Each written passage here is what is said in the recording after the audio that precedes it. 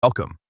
In this video, I'm going to show you how to restrict peer-to-peer Telegram calls so that only your contacts can connect with you directly.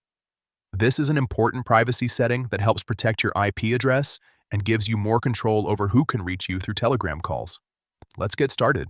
First, open the Telegram app on your device. Once you're on the main screen, tap the menu icon in the top corner. Depending on your device, this might appear as 3 horizontal lines or your profile icon. Next, go to Settings. This is where you can manage all your account preferences and privacy options. Inside Settings, tap on Privacy and Security. This section controls how your information is shared and who can interact with you on Telegram. Now, find and tap on Calls. Here, you'll see different options related to your call privacy and connection settings.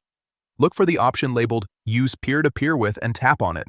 This setting determines who can establish a direct connection with you during calls. To improve your privacy, select My Contacts.